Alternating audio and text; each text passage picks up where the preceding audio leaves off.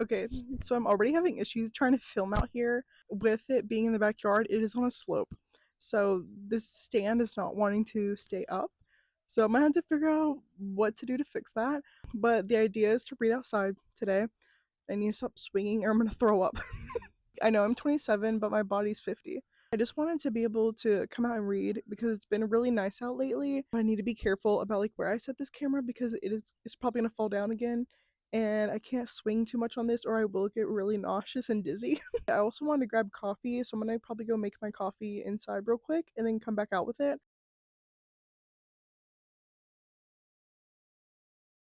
So I'm terrible on deciding on books, so I have multiple. Two I have been wanting to read, especially this one for so long, Clown and Cornfield by Adam Caesar, and then Woman in the Window by A.J. Finn. And both of these I've been wanting to read because they're kind of part of my like series that I'm wanting to do where I'm comparing books and movies and later deciding if I prefer the book or the movie after comparing both of them.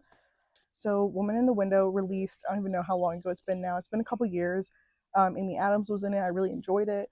And then I want to do the same with Clown and Cornfield. This one has been on my TBR for so long. I was supposed to read it last fall. Did not get to it, of course.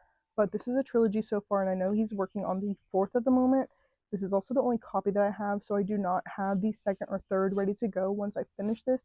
So I'll have to grab those later. I didn't watch any clips because I don't want any kind of spoilers, but I did see photos from the trailer, like screenshots from it on what Frendo looks like, and he looks so good. I love horror movies in general. I'm honestly excited for another like horror icon that's a clown. It never gets old for me at all.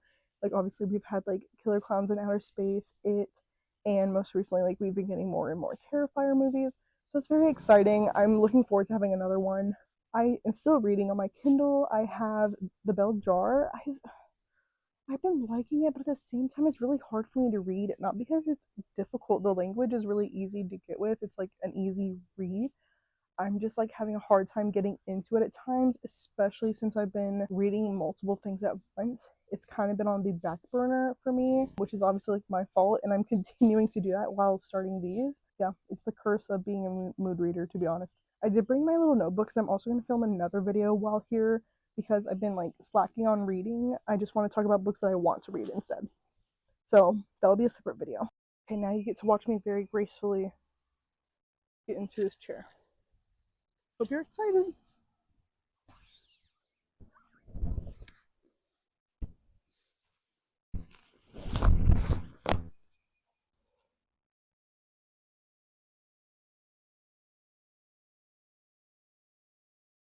Okay, I'm deciding to start with Clown on a Cornfield. I did technically read the first chapter of Woman in the Window the last night, but I do want to go ahead and get started into this because I'm literally so excited about this. They did already release the new cover that's coming. That's like the movie cover, and usually I'm not really into those just because I don't like real people on covers often.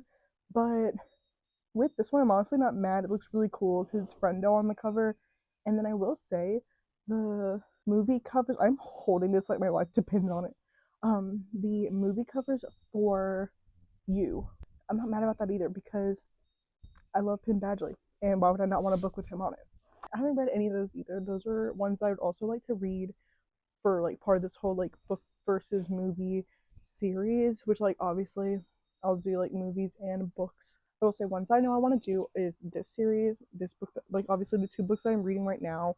Probably anything Stephen King, the You series, anything that Mike Flanagan has done. Haunting of Hill House, which is obviously the book by Shirley Jackson, same title. Haunting of Bly Manor was Turn of the Screw.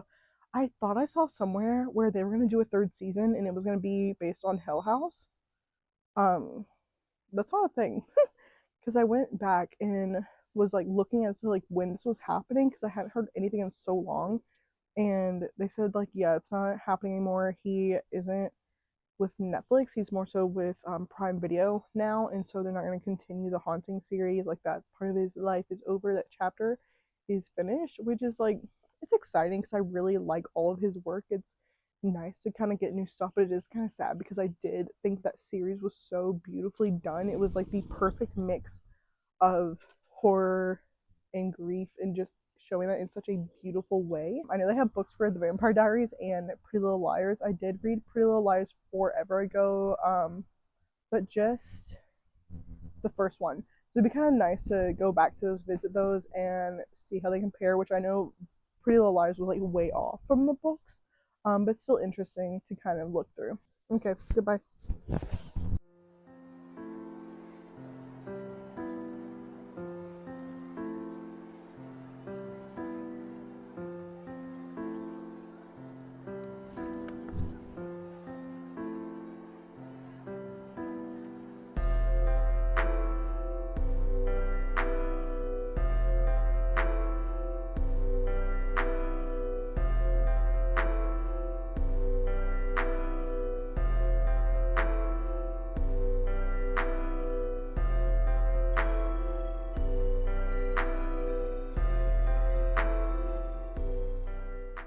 Okay, I finished the prologue and it was really good. I was a little lost with like characters for a second because Janet was mentioning it was just supposed to be the six of them at the reservoir that night.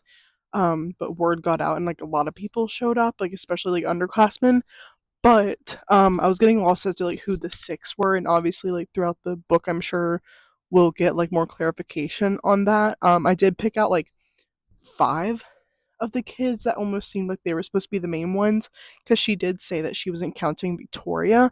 So without Victoria, we have Janet, Matt, if he even counts, Tucker, Cole, oh my gosh, Ginger, and I feel like there was like one other boy mentioned, Ronnie. So yeah, I don't know like who exactly is part of that sixth count, but yeah, I'm so excited about this. This was a really great start. I'm assuming that they're going to do this prologue scene in the movie, which like I feel like they have to because it very much seems like it's the catalyst for how the townspeople really view these kids, especially after this event. I feel like that's gonna really set the tone for the rest of the movie, and that's so exciting because I feel like I have a really good imagination when it comes to reading and visualizing everything exactly the way it is. So with that, I think this scene will play out really well, especially if during the live stream, I don't want to spoil anything, but if during the live stream they drop the phone and it's looking up at the sky, like that's gonna be like I don't know, it's just gonna be a really good moment. Like that kind of was a part in this that I was really enjoying. Also, if you're somebody who's really good at like imagining things while you're reading and you like see a movie in your head, do you get so annoyed when they're talking about, I guess things in the house is usually what gets me. When they're talking about placement of stuff in the house and they're like, "Oh, I turned this corner and the kitchen was here," or like the dining table was in this corner. I'm like, "What are you talking about? That was on the other side of the house." Or that was upstairs. Like it's really frustrating to me when later, I guess it's not that frustrating, but it's just like it's annoying because I have to like sit there and like mentally rearrange this whole house in my head because what they're saying now doesn't line up to what I am envisioned at all. I'm liking it so far. Sorry if this portion of the video feels off because I like inserted it later. I like forgot to kind of give an introduction and like a life update, even though y'all didn't ask for that. So I have moved back to my parents' house in North Carolina. This is not the home that I grew up in. This is a home that they moved to, I guess, 2-ish years ago now. I guess in August it'll be 2 years. But yeah, for me, I was originally living in Orlando. I loved it there. There was so much to do. I really liked the friends that I had and the jobs that I had. I really loved, and I was very comfortable in them. But I knew I planned to move back home at some point just so I can start settling down because I knew I wanted to be closer to family when that time came. So when my lease was up, I decided this is the time. Yeah, the house has a finished attic. They've been doing renovations, and my mom and I have been painting for the past week. We started during her spring break, but unfortunately that is over. It's been really nice in the attic. I really have my own space. I wasn't too worried about moving back in with my parents just because we do have a really good relationship. I was just nervous about like feeling like I had my own space or like privacy. Like I'm 27, I'm an adult, and so it's like nice to feel like you have that separate space. And I'm sure other people who are around my age that are still living at home or moved back home, it does feel weird or feel like you've taken a few steps back when you're living at home. But it is nice. Like you have that extra security. It's nice to have your parents around you and family. And it's a such an amazing way to save up money. And that's kind of like my plan is to save up money. So when I am ready to like fully settle, I'll have a little more safety there and like be able to do a down payment. I would love to be able to like move into a house after this. It's just hard to really commit to that. Within there something is dead over there. There's so many like one, two, three, four, five, six, seven, eight, eight vultures flying around. So that's fun. It's like flying over our field. What is out there?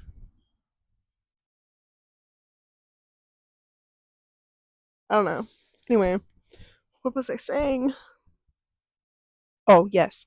So, like living in a house. I love the convenience of living in an apartment. All of the maintenance and everything is not your responsibility, but at the same time, like you don't have your own space. Like you're not that's not like yours, and I would really love to just fully settle and get a starter home. I'm also the kind of person that I think a little maybe too in advance. Okay, well, if we get a boyfriend and I bought this house and we don't want to live there and we want to live somewhere else, like it's just annoying. Like I just find it so frustrating. It is nice to kind of think of having my own space. Yeah, it's a hit or miss for me because I would love to be able to get a house. Obviously, that's so expensive, and I would love to be able to like save up for a down payment, but even that is a lot.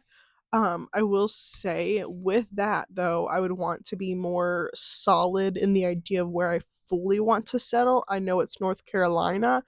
I just don't know what part. It is a beautiful state. We have a lot of options around here, whether you want like bigger cities, we have a couple, or you want to live in the mountains or by the beach. Like we have it all, and that's my problem. I don't think overall that I'm a city girl. That's not really what I want. I feel like I had enough of that in Orlando.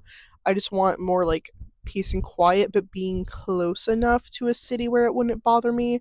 Orlando was just a lot. Like there's just so many tourists that go there as well. So I think living in a city here versus there is totally different. Like you don't have two major, well, three if you're counting SeaWorld, two major theme parks right next door to you. So I feel like for the meantime, I wouldn't mind being closer to a city if I was renting. But like as of right now, I kind of have Asheville, Charlotte, Raleigh, and Wilmington in mind. Asheville is so beautiful. It's very relaxed. It's very like it feels very casual there, but you have everything that you need. Even though I know there's a lot of like job opportunities in Charlotte, I don't necessarily see myself there at all. I could see me living there like temporarily, but that's not like I kind of already know that's not like my forever place. And then Raleigh, I'm kind of leaning more towards it because it is a bigger city like Charlotte, but it's not as hectic to me. It has a little more like quietness to it. And they also have their own airport, which is nice because Charlotte Airport is a lot. Raleigh one, I've never had any issues there. It's really nice. It's like I feel like you can go in and out so easily. And then Wilmington, I love her. Like I feel like I could 100% settle down there and be happy like in a heartbeat. That is where I went to college and I loved it so much. It's right at the beach. Like campus was I think 10 minutes from the beach. And while I'm honestly not the biggest beach person, I'm a big beach town person, if that makes any kind of sense. Like, I just like being by the water, but not having to be at the beach and be all sandy and gross. Like, we have the big river there. That was always nice to kind of like walk by and like go to restaurants there. Like, downtown is so nice. And despite Wilmington being like very small town, to be honest, it literally has everything you need. It's not like it just has like one little grocery store, two restaurants. Like it has a lot of shopping, a lot of dining. The food there is like top tier. I think about it all the time. Like there's so many restaurants there. I just think it's a beautiful city and I would just love to settle down there. I think I would at least try it out. Um and then I definitely need to take a few more trips to Raleigh. I haven't been there in so long, but I do want to try out Raleigh. I just need a place that has enough of like a city feel where I'm not totally overwhelmed and I'm like comfortable and cozy. That's all I ask. Um, I'm good. No, I'm good. I'm covered.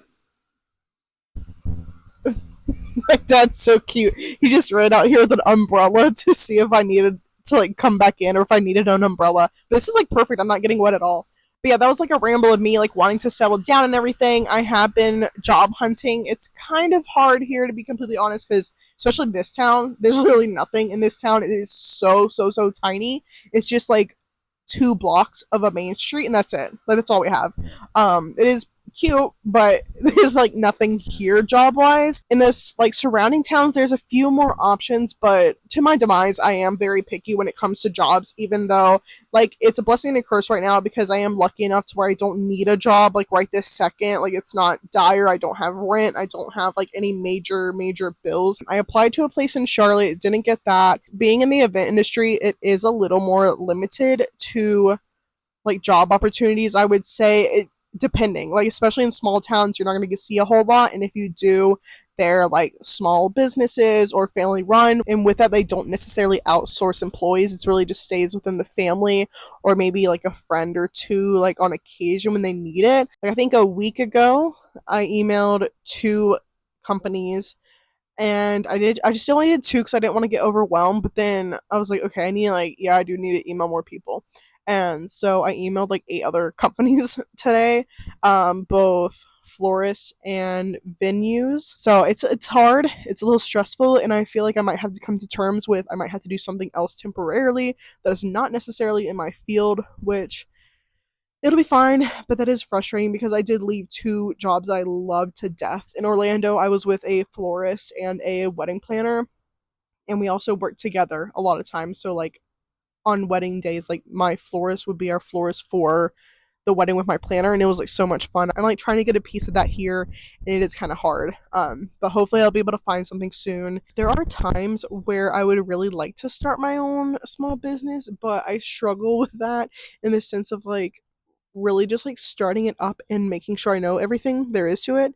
A lot of times I have thought in the past to start doing stationery for like weddings and events. That has always been an interest of mine. Like I just want to sit at home, write names in a pretty font and ship them out. Like that is so fun to me. I will say another thing that I've been thinking about is unique rentals or signage when it comes to like the fact that this area here that I live in, there's a lot of cool like places you can go for like antiquing and like almost like scavenging for like really unique pieces. And I feel like I could do that really well.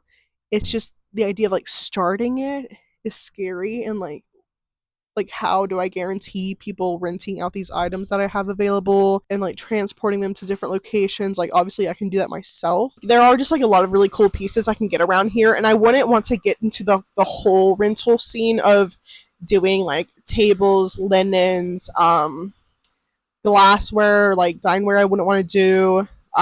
Like chairs like for ceremony I wouldn't want to do. The only furniture pieces like bigger like that I wouldn't mind doing is things for like a lounge or soft seating at reception, or even like sweetheart table like seating and stuff like that. Like that I wouldn't mind. Everything else I'd more so want it to be like decor or like signage. And I feel like I could find really cool pieces, but it's just yeah, I don't know how to start that. So I might have to do some research because that would be kind of fun to do on the side as well. With it being a smaller town, I will say that it is giving me maybe even a slight advantage with stuff like that because there isn't anyone else, at least to my knowledge, that's necessarily doing that right now here. And so I feel like I could get started up really well. And I do have like really good connections with just people in this area that I grew up in, because obviously I'm at the age where more and more people that I went to school with are getting married as well. So I feel like I could like get in there pretty nicely. So I'm just a lost 27-year-old trying to find my way and read books, apparently. I feel like I rambled a lot. Sorry about that. But yeah, that's my life update. I know I said 27. Hard to believe.